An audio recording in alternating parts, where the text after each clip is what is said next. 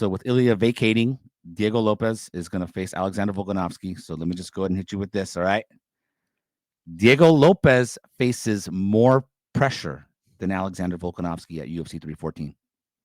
Overreaction. Yeah. I don't think so. I mean, no one's calling Diego Lopes already washed on on Twitter. People question where Volk is at. People thought the Ilya rematch with Volkanovski was just going to be like an execution, but it was like a favor for Volk given everything he has done in the sport. But how many people are out there saying, I really want to see this fight because I think Volk just did this and that and he can adjust in the rematch. I mean, there is a huge question mark over that first fight given the turnaround Volkanovski did make after the Makhachev knockout to fight Ilya, but that is now gone. I think a lot of people have doubt around Volk though. So now it's like, oh, you're fighting another guy who's in his late 20s, who's extremely dangerous. Like there is that little element of counting it out. And you could make the case this title shot is a borrowed gift for Diego Lopes there anyways, right? Like we were expecting Ilya and Volk 2 to be next. Maybe Diego would rematch Movsar, who is his only UFC loss in a tough stylistic matchup for him.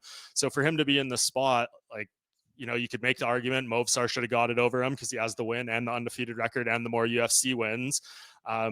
So like if he loses here, you're already thinking there was a guy who should have been there before him and that he wasn't going to get the shot anyways. So I don't think there's more pressure on Diego. He can rebuild from a loss here. If Volk loses, it's tough times.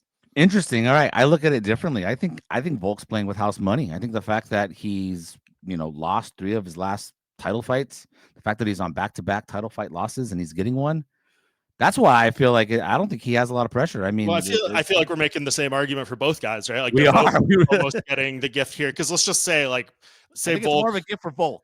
Yes, but say Volk loses, let's say Volk wins, recaptures the title. Does anyone think he's going to be here for another 4-year title reign or anything, right? Like you would have to imagine he's not going to be there too long. And you're like, well, if Ilya, things don't go well for him at lightweight, he could come right back down to featherweight and maybe take that belt back. So like, even if Volk does get it, that is a legacy stamp for him to be able to regain the belt for his future UFC Hall of Fame induction that is inevitable. But, I don't think he's sticking around long anyways. So even if he wins, fights 3 more times, retires, I think Diego Lopes probably finds himself in a title fight again before it's over anyways. Interesting. All right, man. I appreciate that. I'm not going to push back any further, Mike. You seem very, very strong on that one. I'm going to respect it, okay? All right. MMA Junkie AI.